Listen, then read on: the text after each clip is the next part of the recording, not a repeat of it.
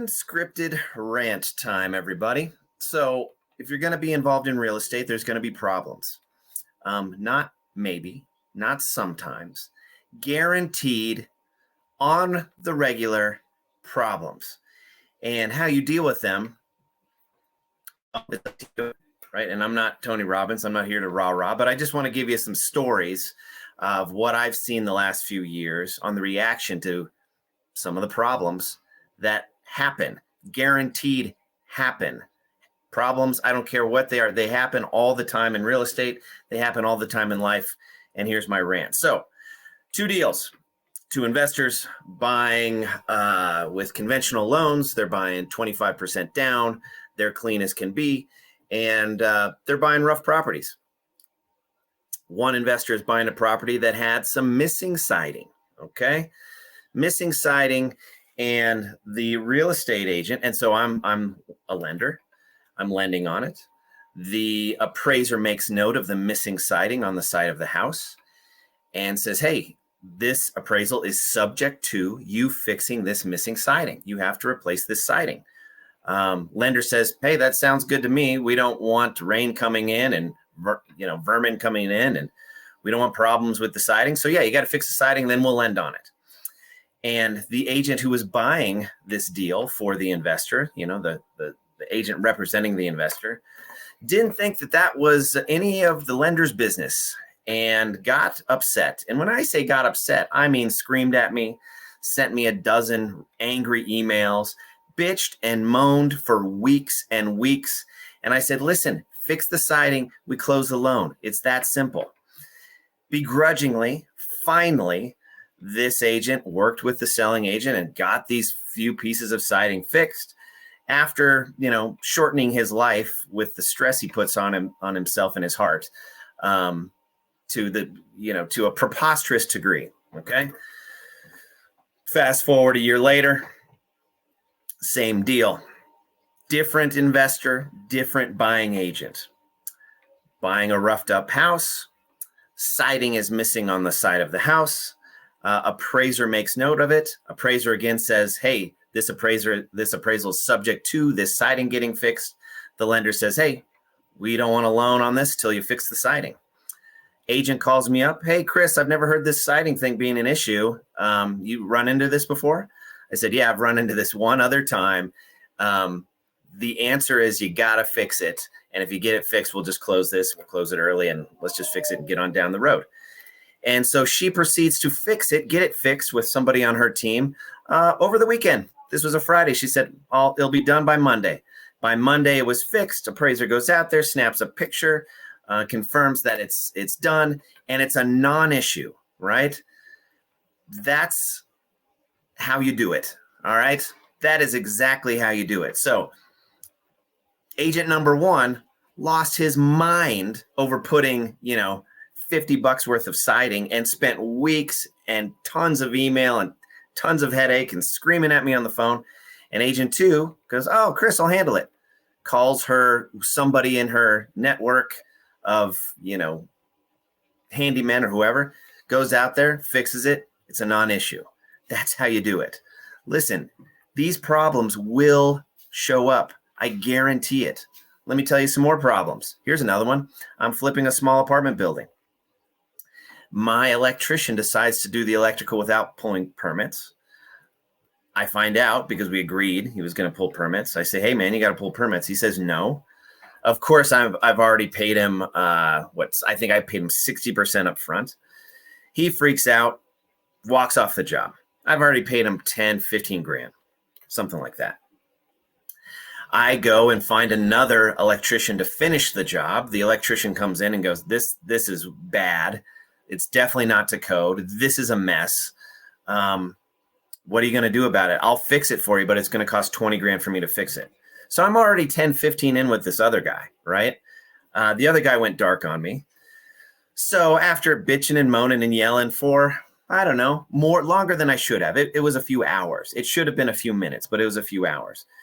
I decide, hey, it's not worth, what am I going to do? Sue the electrician for $10,000? No, that's a waste of time, waste of money. So what do? I pay the new electrician to pull the permits and do it right and off we go. Okay, it ate into my profit, but so what? I let it eat into my soul for about 2 hours, and I should have compressed that into about 10 minutes. Lesson on me. But I'm getting better at compressing my anger at these problems. Let me tell you another problem. Similar, but a little different. Another electrical problem, because this is the rant, Chris's rant. I have a tenant. What was it? Her toaster threw a breaker, something like that. I think it was her toaster in the kitchen, threw a breaker. And she proceeds to take out a knife, go to the breaker box, and stab the breaker box with a knife, jamming a knife in the breaker box, in those little cracks. It's a miracle she survived. I send my electrician out there, and he flips the breaker, and it's fixed. And then he calls me and tells me the story of how she was trying to fix it.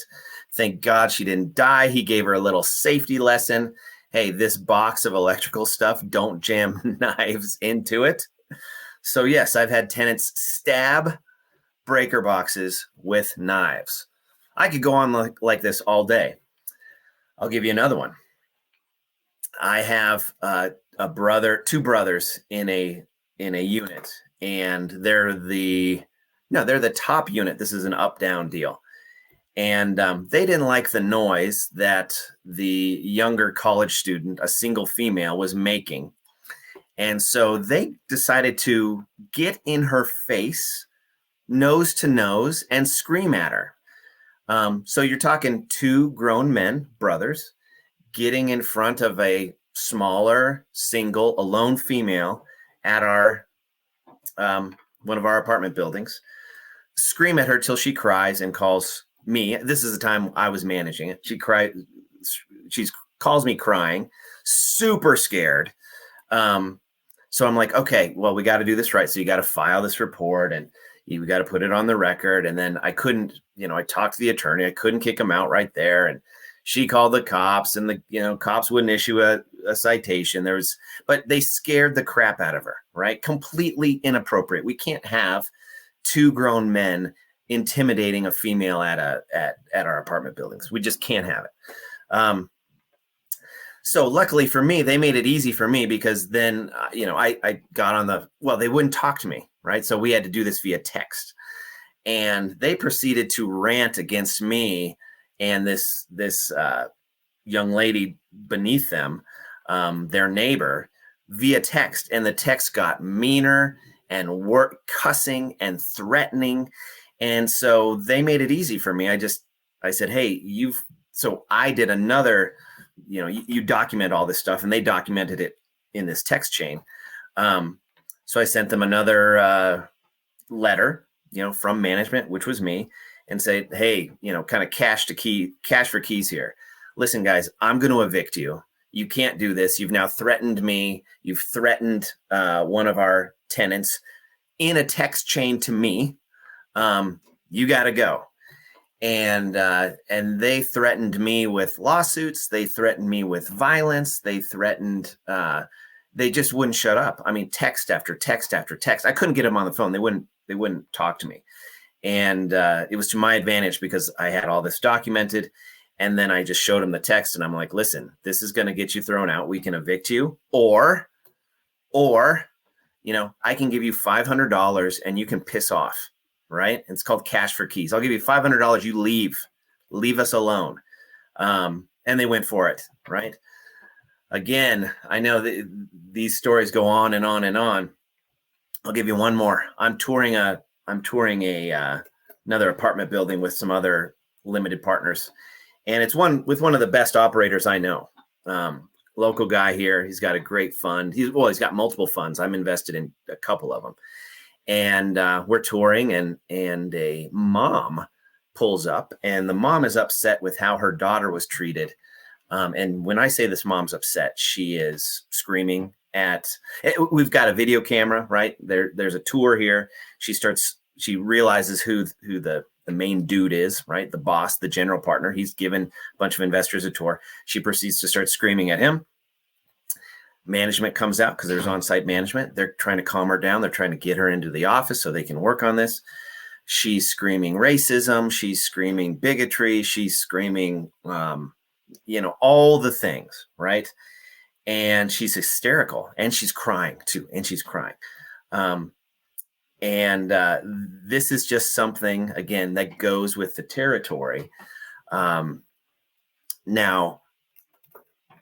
I know they were working to appease her. I know that they were working to listen. I knew this general partner. I knew his integrity. I knew the quality of rehabs he did. I've seen his work. I've seen him interact with people. I know his heart. I know how much he cared about people. He was always trying to make the apartment safe. He was always not always trying. I shouldn't say trying. He was always making them safe and clean, and he was upgrading them. But when you buy a dilapidated complex, right? Deferred maintenance, we say, right? It's a way of saying the place is trash and you're going to have to fix everything. Well, that could take a while. That could take 6 months, 12 months, sometimes 18 months, depending on the scope. And so this mom, whose daughter was a tenant there, with the previous ownership, she wasn't going to have it. And she was just giving the new guy the business. And again, this is part of it. All right. One last story in my rant. Well, I don't know. I could just rant like this forever. One more story. We are purchasing, me and a group of investors are purchasing a portfolio of houses in Amarillo, Texas. And some of these are rough around the edges. Not even around the edges. Some of them are rough inside. And we work to make our places safe, and we remodel them, to a good standard, right? I call it B+, right?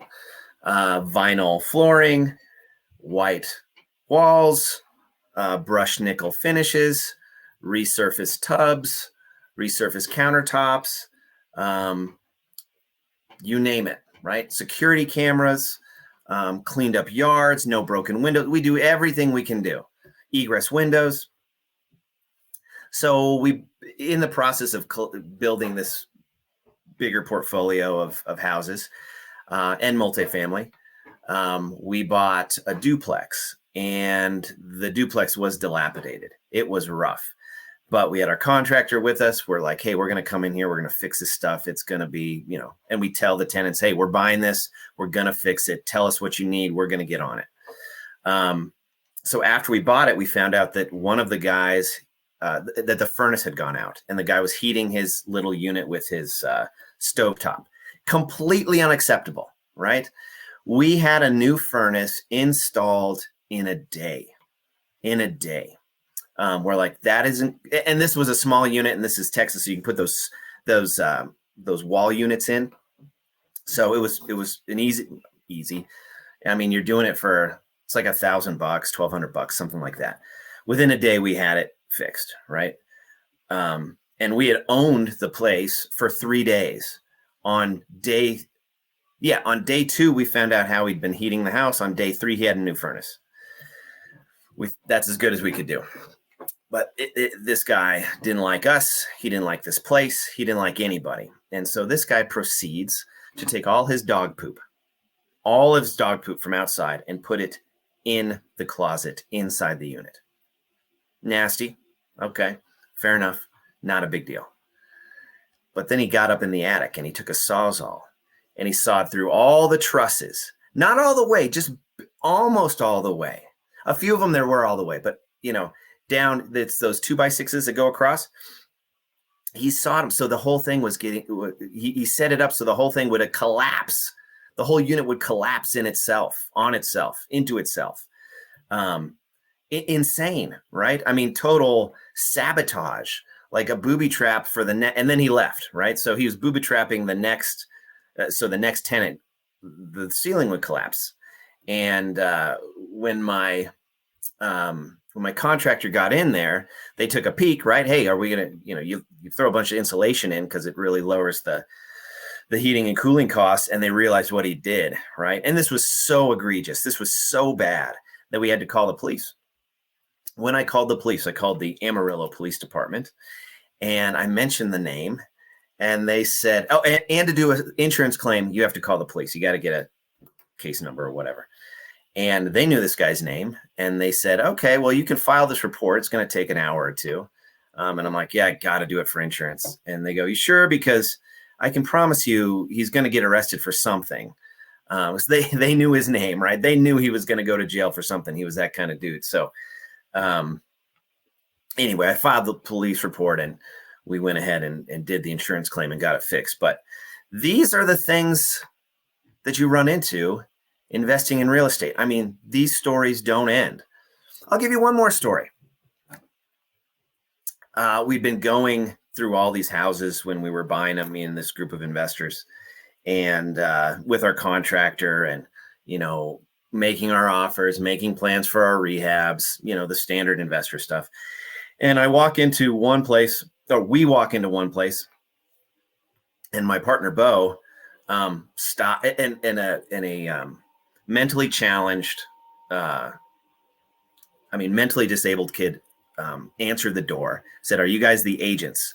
And we're like, "Yeah, we're the agents. The agent said this, and we're here to see the house." Okay. And so this family left their mentally disabled young man, son, home alone.